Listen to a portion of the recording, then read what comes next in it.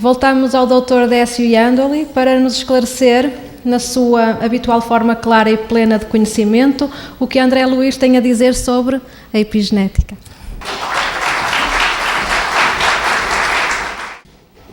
Vamos mais uma vez aí. Essa palestra foi encomendada para mim pelo pessoal lá do Espírito Santo, da AMA Espírito Santo, e eles me ligaram e falaram assim: Décio, o teu tema vai ser o que André Luiz tem a dizer sobre epigenética. E como de habitual, né, eu pensei, André Luiz tem alguma coisa a dizer sobre epigenética? A epigenética é uma coisa tão nova que tem muito biólogo que não sabe o que é. Ainda não está sendo estudado nas escolas, é uma coisa assim, é a última novidade de genética.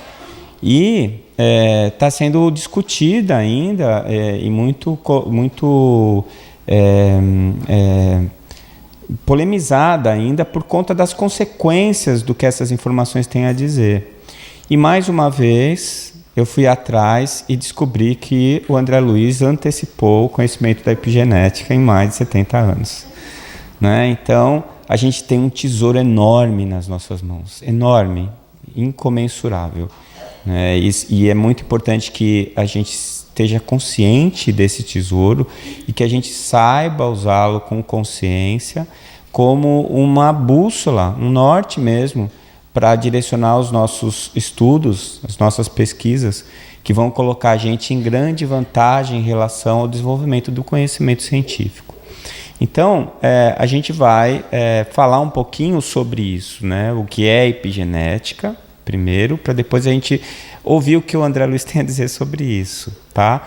Então, o que é epigenética? A palavra epigenética vem do termo, do prefixo grego epi, que está acima de, sobre algo, e sobre a genética, ou seja, são fatores que influenciariam a genética.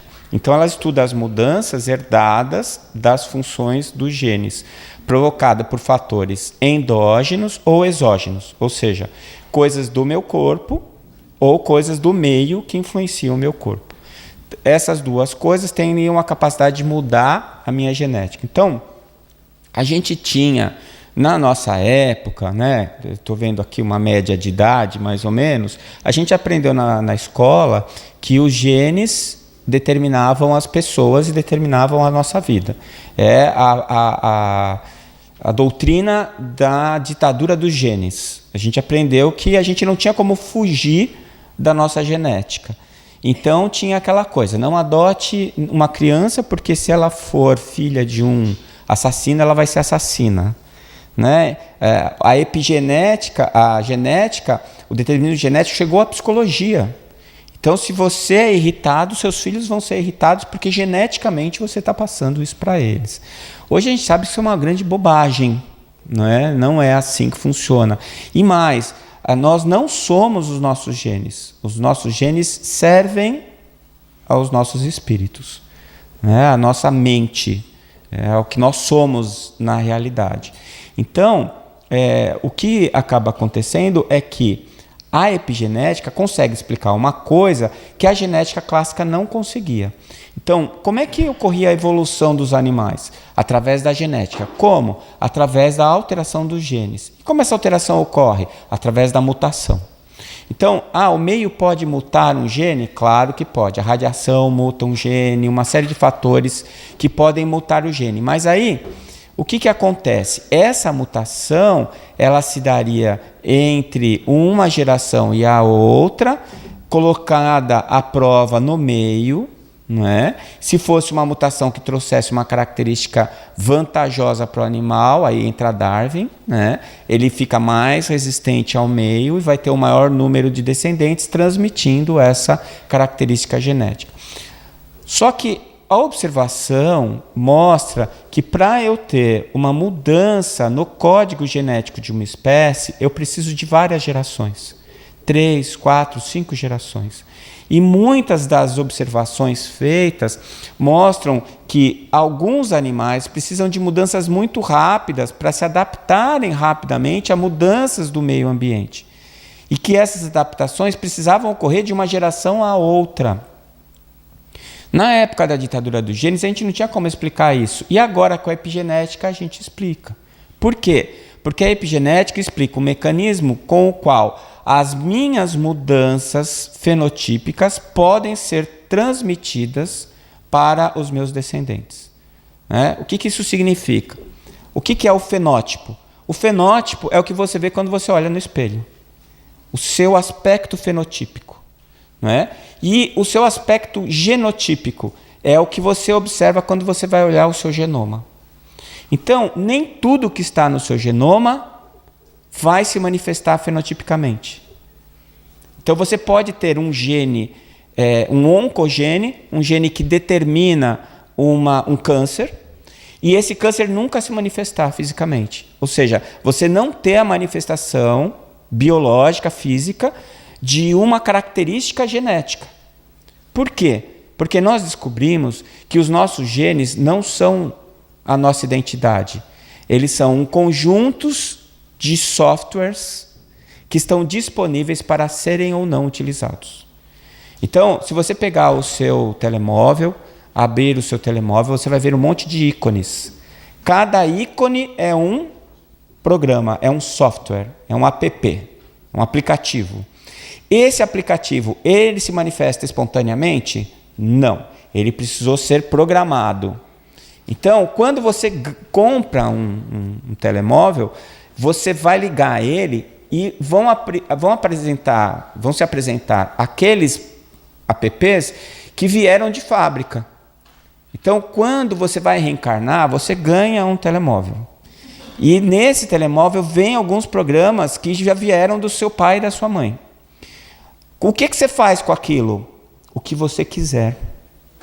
Você pode ligar e acionar alguns apps. Você pode programar alguns apps para eles serem ligados ou desligados. Ou você pode esconder alguns apps.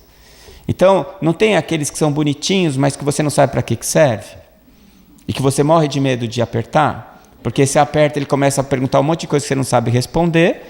E no final das contas, ele trava e você não consegue mais usar. Não é assim? Não sei se sou só eu que sou um ignorante da tecnologia. Então, aqueles que são mais bonitinhos são os primeiros que eu escondo, porque toda vez que eu abro e olho, eu falo, mas que será que ele serve? E tenho vontade de apertar. E se for um oncogene? Melhor não. Então, o que eu faço? Eu coloco eles escondidos numa página que eu nunca acesso, para não correr o risco de apertar eles, mesmo que acidentalmente. Quando você põe no bolso antes de desligar, e aí a hora que você pega, ele está fazendo um negócio que você nunca viu ele fazer. Não é? Então é exatamente a mesma coisa. Os nossos genes são softwares disponíveis para uso. Agora, a grande pergunta é, eu posso ativar todos, desativar todos? Eu consigo acrescentar, apagar? Então essa pergunta era respondida como não. Depois da epigenética, a resposta é sim. Entretanto, a epigenética modifica a maneira como os genes vão se comportar e não determina quais são os genes que estão presentes ou não. Deu para entender essa diferença? Então, a genética, através da herdabilidade, ela explica quais são os softwares disponíveis, da onde eles vieram. E tem um detalhe, quando você começou a sua encarnação, você recebeu os apps do seu pai e da sua mãe, pegou o programa, o telemóvel na sua mão, as primeiras vezes que você for acionar aquele telemóvel, você pode acrescentar ou apagar apps. Depois que você começar o processo embriológico e já tiverem ocorrido algumas divisões celulares, essa possibilidade vai se esgotando. Então, quando eu reencarno, eu tenho duas maneiras de fazer modificações. Eu modifico os genes nas primeiras divisões celulares, e a doutora Madalena Goetz mostra isso num artigo muito importante que foi publicado na Science. Ela fala que as primeiras divisões celulares determinam o futuro biológico do indivíduo, e essas divisões celulares, para muitos biólogos, são feitas por acaso, né? E quem cientista não acredita no acaso, o cientista acredita em causa e efeito, porque quem acha que o nada cria alguma coisa é um místico, não é um cientista, né? Por isso que eu acho que quem não acredita em Deus é místico, né? Porque Deus é a causa primária, então eu tenho uma causa para tudo, e se eu não acredito em Deus, eu acredito que o nada gerou alguma coisa, então, né, eu sou um místico, eu acredito em milagre, o nada criou algo, né? Então essa característica básica é muito importante para que a gente entenda o desenvolvimento da epigenética. Portanto, a epigenética seria a influência sobre os genes da minha experiência, né, de vida. E essa experiência ela está relacionada à minha ação e reação com o meio. Dá para entender isso? Então, por exemplo, se eu sou uma girafa primitiva com pescoço curto e eu descubro que estou passando fome, mas existem folhas tenras no alto de uma árvore e eu fico tentando me esforçar para pegar essas folhas tenras, então talvez eu consiga esticar um pouco o meu pescoço, né? Quando eu for ter uma girafinha, uma filhinha girafa, a epigenética explica que talvez essa girafa, filha, possa nascer com o pescoço mais comprido. A genética clássica diz que isso não vai acontecer. Por isso que sepultaram as ideias de Lamarck. Porque Lamarck observou uma coisa verdadeira, mas ele não tinha uma explicação para aquela observação. A observação de Lamarck era a confirmação do aforisma de Diderot, ou seja, a função faz o órgão. Então não é só nascer com o pescoço mais comprido. Você pensa que é fácil ter um pescoção daquele, né? Imagina a sua coluna. Nós temos um pescoço desse tamanho da dor. Você imagina o pescoço da girafa. Agora você imagina o tamanho do coração dela para jogar o sangue naquela altura. Você imagina a musculatura do pescoço dela. Não é uma coisa simples, exige soluções de engenharia, não é? E aquilo vai se desenvolvendo de uma maneira de tentativa e erro, mas de uma maneira intencional. É a mesma coisa. Você acha que nós estamos terminados? O nosso projeto biológico está terminado? Não está. Todo mundo sabe que a nossa coluna vertebral não está boa ainda. Não é a última versão. Todo mundo sabe que o nosso joelho é um problema. Porque antes a gente dividia o corpo em 4 patas, agora são só 2. E por que a gente ficou de 2 patas? Para liberar a mão? Não, para liberar a boca, para poder falar. Por isso que eu falo que as mulheres são mais desenvolvidas que os homens, não é? Porque a fala possibilitou o pensamento contínuo. Então, o pensamento fragmentário do animal, para a gente sair do pensamento fragmentário para o pensamento contínuo, a gente precisou da evolução. Então, primeiro, a gente precisou aumentar o crânio, e para aumentar o crânio a gente teve que ficar em pé, porque a musculatura que segura a nossa cabeça vinha até aqui à frente, e a gente andando de 4 precisava dessa musculatura, porque senão a cabeça cai. Então, conforme a musculatura foi descendo para a nuca, para aumentar o volume do crânio, a gente teve que ir levantando o tronco para equilibrar a cabeça. Aí a gente liberou a mão, não precisou mais usar a boca para pegar as coisas, a gente começou a pegar com a mão. E aí a boca ficou livre para a gente poder falar, não é? Tudo está girando ao redor disso. Olha que interessante, não é? Então, a doutora Irvine explica isso na primeira parte do livro O Cérebro Triuno. É muito legal. Então, o que está acontecendo? É uma questão de evolução. Então, as informações que eu vivenciei e as experiências que eu tive, epigeneticamente ficaram registradas em mim, e eu sou capaz de transmitir isso para os meus descendentes.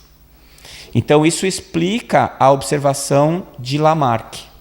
E não anula Darwin, só complementa, não é? E tudo isso está ligado à evolução do espírito, que é quem realmente faz o comando.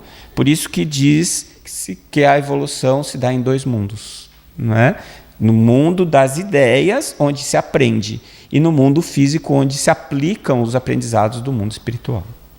Então, os padrões epigenéticos são sensíveis às modificações do ambiente, que podem causar mudanças fenotípicas e que essas mudanças serão transmitidas para os nossos descendentes.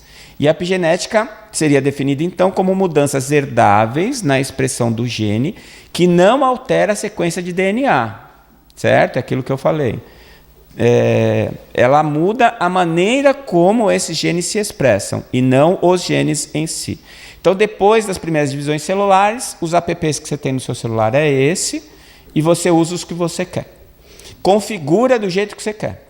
Então, com os mesmos apps, eu posso ter uma tela na hora que eu abro, outra tela, ele pode me acordar em tal hora ou em tal hora. Eu faço o que eu quiser, né? É o mesmo celular, os mesmos apps e se manifestam completamente diferentes uns dos outros. Quem ainda tem alguma dúvida sobre essa questão, é só conhecer gêmeos idênticos, né? Eu conheço um, Gilson e Gelson.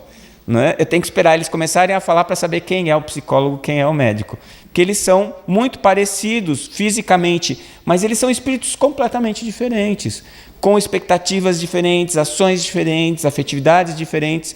É o mesmo celular, os mesmos apps, com configurações completamente diferentes, porque são espíritos diferentes. Né? Muito bem.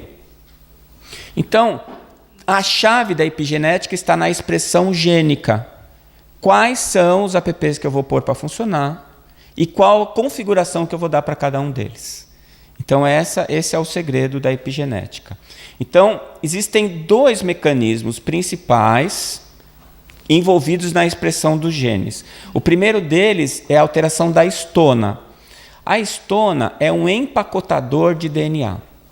Então, é assim, para o gene se manifestar, ele precisa estar livre. Os receptores do DNA têm que estar expostos para eles sofrerem a ação do RNA e para o citoplasma levar a informação da proteína. A histona é como se fosse um carretel. E o DNA é como se fosse a linha do carretel. Né? Esse exemplo não sou eu que deu, foi o André Luiz. Depois eu vou mostrar para vocês. Então, quando eu vou enrolando a linha no carretel, a linha que eu vou colocando em cima vai cobrindo a linha que está embaixo. Então, você imaginando o DNA como sendo a linha e a histona como sendo esse empacotador da linha, o que ficou embaixo não vai conseguir se expressar. Então, a histona já é uma maneira de expressar ou não expressar determinados genes. E a segunda maneira é o padrão de metilação do DNA. A metilação é um processo bioquímico que tampa o gene. Então, aquele gene escondido não consegue se expressar. Então, eu vou escolher, através do empacotamento do meu DNA, quais são os genes que vão ficar expostos, e desses que ficaram expostos, eu vou escolher os que eu vou apagar, que eu vou tampar e os que eu não vou tampar. Então, voltando para o celular, o da histona são aqueles apps que eu não sei para que eles funcionam. Eu acho eles bonitinhos, mas eu não sei para que funciona. Eu boto numa página que eu nunca entro. Boto escondido lá, é a histona. E aqueles que estão nas páginas que eu mais entro, eu coloco numa posição mais para o centro, porque toda vez que eu vou pegar o celular, às vezes eu aperto algum que está perto da borda. Então eu coloco ele num lugar em que eu talvez não encontre. E existe aquele que eu posso bloquear. Eu vou lá, configurações, app, bloquear. Né? Porque eu já sei para que ele serve, não quero. Tá certo? Aí é a metilação. Tá certo? Então, são esses dois padrões. Além desses dois padrões de expressão, eu tenho um controle de expressividade gênica que vai se dar pelo RNA, que são RNAs não codificadores. Não é aquele que leva a receita da proteína para o citoplasma. Né? É um RNA controlador. E ele pode interferir na transcrição dos genes. Ou seja, eu posso fazer uma alteração na divisão celular de maneira que eu impeça aquele gene de se expressar.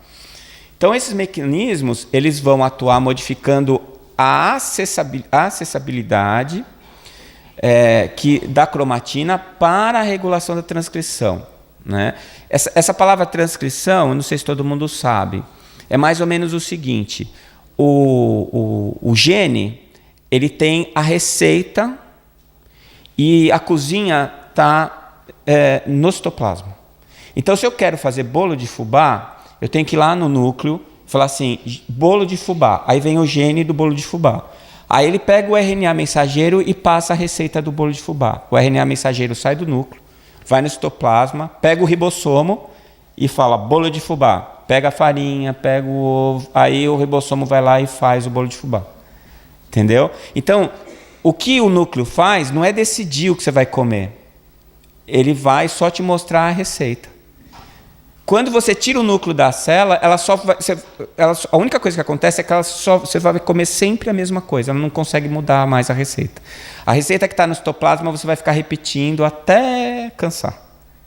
Deu para entender? Por isso você tira o núcleo de uma célula, e quando a gente aprendeu na escola, a gente aprendeu que o núcleo era o cérebro da célula. Mentira. Você tira o núcleo da célula, ela fica meses funcionando na boa, até ela enjoar de comer bolo de fubá. Né? E isso funciona sempre assim. Então, o que está dentro do núcleo são as receitas, são os softwares, são as informações. Mas tudo acontece no citoplasma da célula. O André já falava isso há 70 anos atrás, a gente só descobriu agora. Então, essa mudança ou essas escolhas, a maneira de enrolar o DNA no carretel, a maneira de eu tampar através da metilação esses genes, pode ser transmitido geneticamente. Entende? Então, o que eu aprendi durante a minha vida, as características que eu desenvolvi em contato com o meio ambiente, eu faço uma programação epigenética, e essa programação epigenética eu posso transmitir para os meus filhos. E eles podem pegar aquilo e usar do jeito que eu transmiti, ou eles também modificarem. Então, isso explica mudanças rápidas de uma geração para outra, e que explicam a adaptação genética dos animais rápidas, quando há rápidas modificações no meio ambiente. Tá? Isso é a capacidade de adaptação. Quanto maior a nossa capacidade de adaptação, maior o nosso vigor, maior a nossa chance de sobrevivência com sucesso. Certo? Por que a gente vê barata em todo canto nesse planeta? E por que está em extinção o urso panda? Que é tão bonitinho. Porque o panda só come bambu. E se ele não comer bambu, o que ele come? Nada. Eu falava isso para os meus filhos. Quanto mais você gostar de todas as comidas, mais feliz você vai ser, porque você se adapta a qualquer meio. Se você só comer um tipo de comida, você vai passar fome muitas vezes na sua vida. Por que a barata está feliz? Porque ela come qualquer negócio. O que vier está bem, né? Então é aquela história, não é o que a vida te dá, não é, Andrés, que vai fazer você feliz, é o que você faz com que a vida te dá, não é? Então, se a vida te dá restos, você come restos e fala, que bom, tá uma delícia, não é? Agora, se você for muito fresco, você não vai ser uma barata, você vai morrer antes disso. E não deixa descendentes, aí entra o Darwin, não é? E aí isso gera uma plasticidade genética. Então, nós somos seres muito dinâmicos, e a gente achava que isso era estático, e não é. Tá? E aí age na reprogramação gênica. São os imprinteds. A primeira vez que eu estive aqui na Europa, a segunda vez, foi em 2004, eu estive no Congresso Mundial de Espiritismo, lá na França. Foi um momento muito especial para mim, e me pediram para falar sobre genética. E um dos trabalhos que eu levei naquela época, e até hoje eu acho que são muito importantes, é o trabalho dos imprints genéticos. Então, existe uma capacidade de você estudar quais são os genes que estão metilados e quais não estão. E isso é chamado de etiquetas gênicas ou imprinted. Então, você percebe dentro das células que estão formando um animal, ou um ser humano, ou qualquer tipo de forma de vida, que alguns genes estão expressos e outros não estão expressos. E isso foi chamado pelo Dr. Kevin Egan de imprinted. E você percebe que, por exemplo, voltando ao exemplo do clone, que são os gêmeos univitelinos, que eles, apesar de terem a mesma sequência gênica, os imprinted estão em lugares diferentes. Eles usam os seus apps de maneira diferente, porque são inteligências diferentes. Né? Então, as histonas seriam o carretel, o DNA seria a linha, e um gene precisa estar exposto para ter a sua ação. E aqui está o Dr. Kevin Egan, que fala dos imprinteds, né? Uma coisa interessante, eles estavam fazendo clonagem naquela época, né? Então, como é que eles faziam a clonagem? Eles pegavam o núcleo de uma célula de um animal e colocavam no citoplasma de uma outra célula, que era uma célula germinativa. E o que acontecia? Essa célula começava a se multiplicar. Em 25% dos casos, 1/4 das vezes, aquelas células se multiplicavam para formar um outro indivíduo. E nos outros 75%, elas se multiplicavam em células iguais e davam um conjunto, uma massa de células sem forma, que não significavam nada. E eles chamavam isso o Dr. Kevinga queria entender essa instabilidade gênica. Ou seja, o que aconteceu quando eu tirei o núcleo da célula do animal e coloquei em uma célula isolada no laboratório? Que uma célula se transformou em um outro animal e a outra célula se transformou numa massa disforme. E aí que eles entenderam que os imprinteds, ou as etiquetas gênicas, que era a programação genética daquele animal, quando eu tirava o núcleo daquele animal e colocava no laboratório, as etiquetas desapareciam. Todas. Ficava tudo branco. Ou seja, perdia a programação epigenética. Quando as células se multiplicavam de maneira disforme e eu não conseguia ter o clone, essas etiquetas não apareciam mais. Então, aquelas células não conseguiam se dividir, se diferenciar em nada. Mas, quando eu conseguia o clone, nos 25%, as etiquetas reapareciam, nunca no mesmo lugar. Ou seja, eu acho que o Dr. Kevinga, por isso que eu peguei uma foto dele, foi o primeiro cientista, apesar dele não saber disso, a provar em laboratório uma reencarnação. Porque quem que fez a programação? A reprogramação epigenética? O espírito que estava encarnando. Então, apesar de ser um clone, é outro espírito. Quando ele recebe o celular, ele vai programar o celular dele do jeito que ele quer. O celular, né? O telemóvel.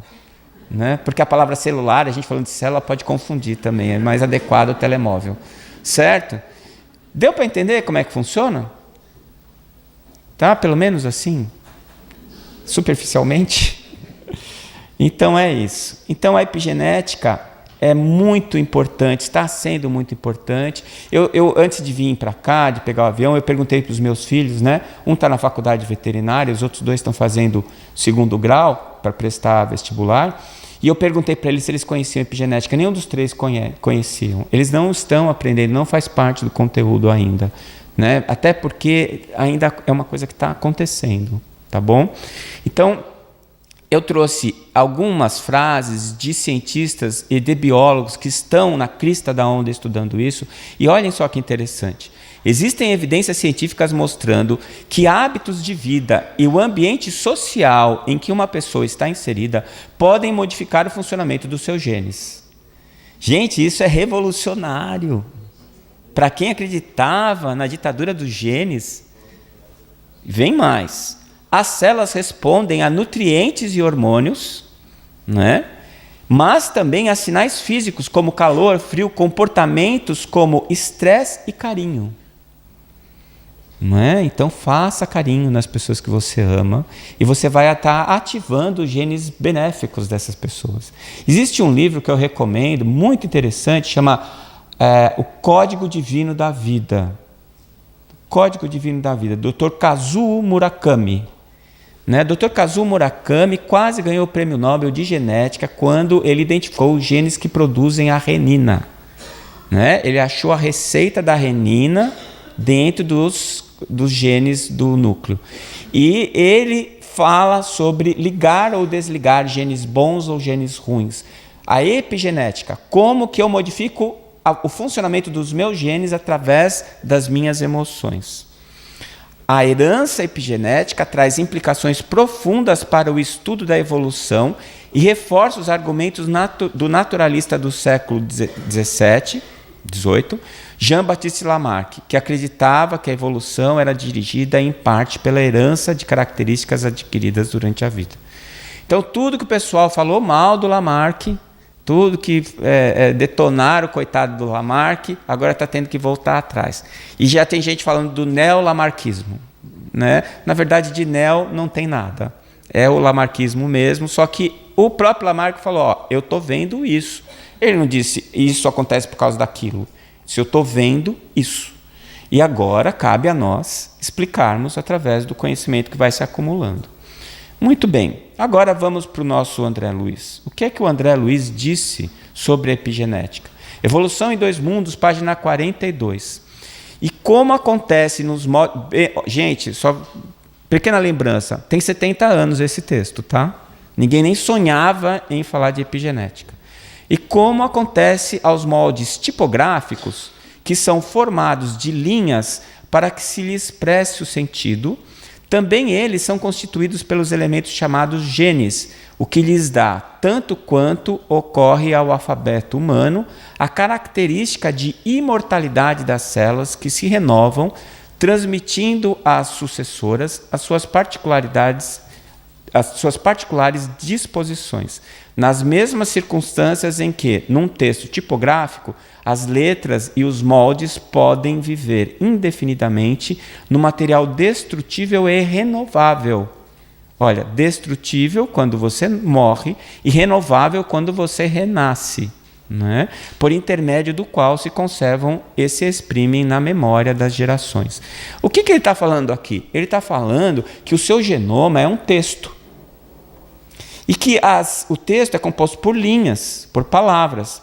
E que cada letra é um gene. Né? Então ele está dizendo que você, mudando a ordem das palavras ou a ordem das letras, consegue mudar o sentido do texto. Ele está falando de epigenética. Não é? Vocês acham que eu estou viajando? Calma lá. Eis porque, interpretando os cromossomos à guisa de caracteres, em que a mente inscreve nos corpúsculos celulares que a servem. Aqui ele está falando textualmente que quem escreve o texto é a mente. E a mente é o espírito. É a fração expressa do espírito. Né? As disposições e os significados dos seus próprios destinos, caracteres que são constituídos pelos genes. Como as linhas são formadas de pontos, estou sem o óculos, genes, os quais se mesclam, os elementos chamados bióforos. Gente, eu passei um bom apuro com esses bióforos. Eu conversei várias vezes com a doutora Marlene sobre esse assunto e eu descobri o que eles significam. Vou contar para vocês. Aguardem um minutinho. E tomando os bióforos nesses pontos como sendo os grânulos de tinta que os cobrem. Ou seja, o DNA... O genoma é o texto. Os genes organizados formam as palavras. Cada gene é uma letra. E a tinta usada para escrever a letra é um bióforo. Tá certo? Então, será lícito comparar os princípios germinativos nos domínios inferiores aos traços da geometria elementar, que apenas cogita de linhas e figuras simples da evolução para encontrar, nesses mesmos princípios, nos domínios superiores da alma, a geometria transcendente, aplicada aos cálculos diferenciais e integrais das questões de causa e efeito. Na hora que você vai encarnar, você vai fazer com que este texto traduza quem você é neste instante. Então você atua sobre os genes. Aí alguém vai perguntar, poxa, então a gente tem que ser geneticista para encarnar. Bom, você digere o seu almoço todo dia e nem todos somos bioquímicos. Não é? O seu sistema nervoso central funciona, você tem emoções, você dorme, acorda e nem todos somos neurofisiologistas. Entender como funciona não significa capacidade de executá-lo. Significa capacidade de entender como ele é executado.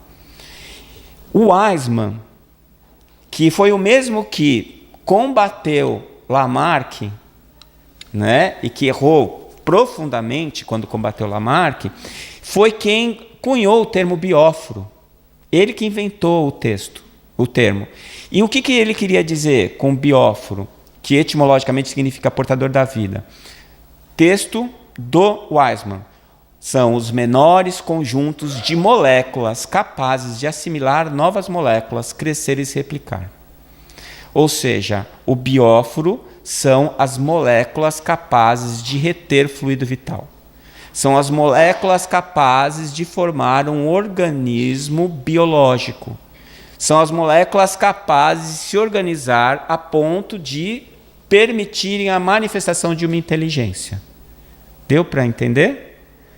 Quando você desencarna, você começa desencarnando pelos chakras, né, pelos centros de força, mas André Luiz afirma que você vai desencarnar molécula a molécula, não é assim? Quais são essas moléculas? São os bióforos. Você vai soltando bióforo por bióforo. E o que é um bióforo? Uma molécula composta por carbono capaz de reter temporariamente fluido vital. Portanto, capaz de expressar formas de vida. Tá? É por isso que o André Luiz usou a palavra bióforo, porque ninguém tinha usado essa palavra desse jeito, a não ser o Weismann. E ele queria dizer exatamente o que o Weismann estava dizendo. É a ligação da molécula com a vida. Então, são estruturas moleculares capazes de se ligar ao fluido vital. Pensei que você ia mostrar o de 5, eu já estava taquicárdico. O 10 está beleza. Toda a matéria viva é constituída por bióforos, mas há diferentes tipos entre eles. Então, não é o mesmo bióforo para todo mundo. Cada tipo de vida, cada forma vai ter um tipo específico de molécula que vai adquirir uma capacidade específica de retenção de fluido vital. Tá certo? O André Luiz fala também que o diamante é a última forma do carbono antes da matéria orgânica. Não é? Então, o átomo do carbono, de alguma maneira, tem uma propriedade de retenção de fluido vital. E para que ele manifeste vida, ele precisa ter essa capacidade. Só que ele não é uma ligação estável, é uma ligação instável. Por isso eu preciso renovar essa ligação com o carbono. É por isso que a gente precisa trocar a matéria do nosso corpo o tempo inteiro. É por isso que a nossa pele descama, a mucosa do nosso intestino muda, o nosso sangue troca a cada 120 dias e por aí vai. Porque a gente vai fazendo turnover, modificação. A multiplicação da célula garante mais fluido vital preso. Quando eu perco a capacidade de renovar, eu envelheço e desencarno. Não é? Esse é o princípio da telomerase. A telomerase é uma enzima que quebra o telômero. Cada vez que ela quebra o telômero, divide a célula. Quando gastar o telômero, não dá mais para dividir, você vai ficar velho e vai desencarnar. Tá certo? Graças a Deus. A pessoa ficar aqui sempre, para sempre, pela eternidade, né? Não é legal. Eu não acho, pelo menos. Muito bem. Então, se a gente falou do carretel, da linha, né? O André, ele fala, o genoma é o texto, o DNA é a frase, o gene é a letra, o bióforo é a tinta. Com que você escreve o que você é. É a maneira de você se manifestar, biologicamente, tá? Usando essas estruturas. Então, o cara não é fácil. Missionários da Luz, na página 190, ele fala, o pensamento, aí agora a gente vai para aquela parte em que o biólogo fala que as emoções podem mudar a epigenética. E ele fala, o pensamento envenenado de Adelino, vocês lembram do Adelino, o pai do Segismundo, que ele não queria deixar o Segismundo reencarnar? Ele fala, o pensamento do Adelino envenenado destruía as substâncias da hereditariedade, intoxicando a cromatina dentro da própria bolsa seminal. Epigenética, não é? Pelas exposições lamentáveis de sua vida íntima, estava aniquilando as células criadoras ao nascerem. E quando não as aniquilasse por completo, intoxicava os genes do caráter, dificultando-nos a ação. É ele mudando a genética. Modificado em sua ação íntima, lembra quando o filhinho dele, a espiritualidade atua sobre o filho e o filho fala alguma coisa que faz com que ele repense, né? Essa prevenção que ele tinha com o Segismundo, aí ele passou a admitir as forças magnéticas protetoras dos elementos de hereditariedade, e aí sim ele conseguiu produzir o espermatozoide para fazer a fecundação do Sigismundo.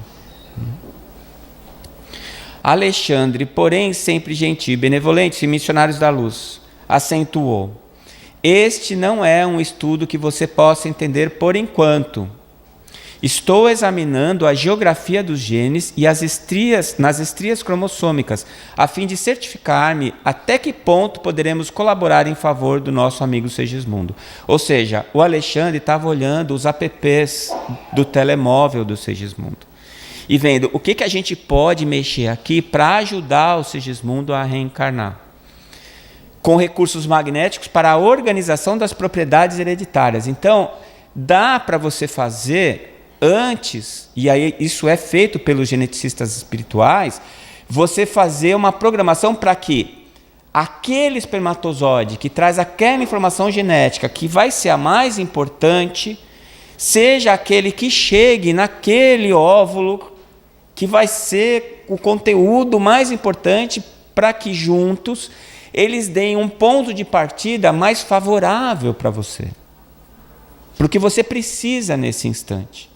E aí, de posse desse material genético, quando você encarna, você vai atuar sobre ele, transformando ele, mutando esses genes, não aleatoriamente, mas de acordo com as suas possibilidades evolutivas, colocando a sua geometria, não é? A sua geometria genética sobre aquela matéria inicial que te foi dada. Então, não é ilimitado o seu poder. Você vai agir sobre aquilo que foi te dado, sobre aquela matéria básica que você herdou do seu pai e da sua mãe. Enquanto se estendiam sobre meus olhos aqueles microscópicos sinais, facilitando o amplo exame da célula-ovo, acerquei-me do instrutor e, sentindo-o mais acessível às minhas interrogações, perguntei. Isso que eu acho engraçado, né? Ele chega perto e fica esperando. Aí o Alexandre já fala, o pentelho vai perguntar. Aí já olha para ele e dá uma risadinha para ele poder perguntar. Não dá para mentir nem para dissimular, né, no plano espiritual. O que você quer já está na sua cara. Então, tem que aceitar. E aí ele fala assim, temos nesses mapas a geografia dos genes, da hereditariedade distribuídos nos cromossomos. A lei da herança, porém, será ilimitada? Essa é a pergunta do André Luiz. Ou seja, o que ele está perguntando? Tem ditadura dos genes? Existe o determinismo genético? Tudo que está aí é o que eu vou ter que aceitar como espírito quando encarnar? Né? Aí, o que ele responde? Não, André, observou o orientador com grave inflexão. Estamos diante de um fenômeno físico natural. O organismo dos nascituros, em sua expressão mais densa, provém do corpo dos pais que lhe entretêm a vida e lhes criam os caracteres com o próprio sangue. Todavia, em semelhantes imperativos das leis divinas para o serviço de reprodução das formas, não devemos ver a subversão dos princípios de liberdade espiritual imanente na ordem da criação infinita.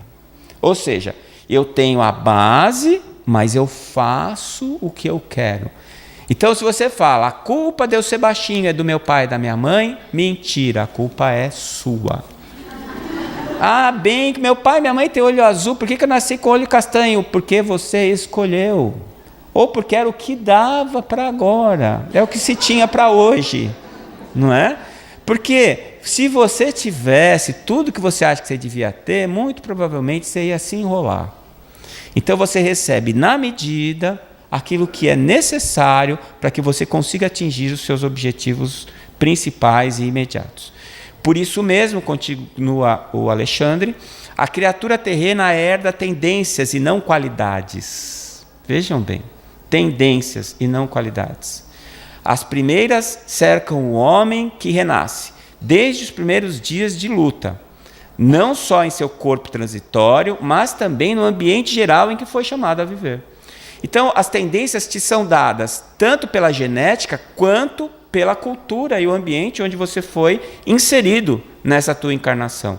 Aprimorando-se, as segundas resultam do labor individual da alma encarnada, na defesa, educação e aperfeiçoamento de si mesma nos círculos benditos da experiência. Tudo é bonitinho, preparado para você. Você recebe na sua casa, lá no plano espiritual, o pacotinho, reencarnação, Décio e Andoli. Veja bem, você vai nascer em São Paulo, não vai dar para passar de 1,66 m, certo? Vai ter que lutar com aquela sua barriguinha a vida inteira, né? É isso aí, é o que temos para você. Em compensação, vamos te dar uma mãe e um pai top de linha. Você vai ter toda a oportunidade de estudar. Você aproveite a oportunidade, não é? Lá pelas tantas, nós vamos te apresentar um espírito também que vai fazer uma diferença enorme para a tua vida, a doutora Marlene. Presta atenção no que ela vai te falar, gruda nela. E você vem com tudo pronto. Se você vai fazer ou não, é com você. Então não adianta reclamar, gente. Não tem terceirização de responsabilidade. Está tudo com a gente mesmo. E essa é a melhor e a pior notícia do Espiritismo. A culpa é sua. Só a inteligência consegue traçar linhas inteligentes. Então, em razão disso, e entendendo-se aos objetivos finalistas do universo, não será possível esquecer o plano divino quando se trate de qualquer imersão mais profunda na genética, ainda mesmo que isso repugne os cultores da ciência materialista. Os próprios cientistas do projeto Genoma já estão escrevendo livros falando que a genética não é determinista. Isso caiu por terra de um jeito assim absurdo. Não foi uma queda, foi um tombo. E ainda tem gente que acredita que o núcleo da célula é que determina a vida, tem gente que ainda acredita que o DNA determina o indivíduo, tem gente que acredita que a genética está acima da mente, né? Mas é uma questão de tempo. Tem gente que não acredita que o homem foi à Lua, não é? Então é a forma de você ver a realidade. Lembra que eu falei? Cada um vê o que quer, o que pode ver, o que deseja ver, e não a realidade em si. Ação e reação. A alma humana é uma consciência formada, retratando em si as leis que governam a vida, e por isso já dispõe até certo ponto de faculdades com que influir na genética, modificando-lhe a estrutura, porque a consciência responsável herda sempre de si mesma, ajustada às consciências que lhe são afins. Epigenética. Então, vocês estão vendo, são vários livros em que o André Luiz cita a nossa capacidade de interferir na nossa genética. Então, eu queria terminar com esse texto, essa poesia, que o Chico psicografou no Parnaso de Além Túmulo, de Augusto dos Anjos. É impressionante, quando nós terminamos o livro O Cérebro Triuno, a doutora Irvênia trouxe essa poesia e eu não acreditava. Parecia que tinha sido encomendada para o Chico para colocar no nosso livro. E eu achei linda e acho que ela cabe no que a gente falou sobre genética. Eu queria ler com vocês. Ele diz assim: tu não és força nêurica somente, movimentando células de argila, lama de sangue e cal que se aniquila, nos abismos do nada eternamente. És mais, és muito mais, és a cintila do céu, alma da luz resplandecente, que um mistério implacável e inclemente amortalhou na carne atra e intranquila. Apesar das verdades fisiológicas, reflexas das ações psicológicas, nas células primevas da existência, és um ser imortal e responsável, que tens a liberdade incontestável e as lições da verdade na consciência. Depois dessa, nada mais a declarar. Muito obrigado.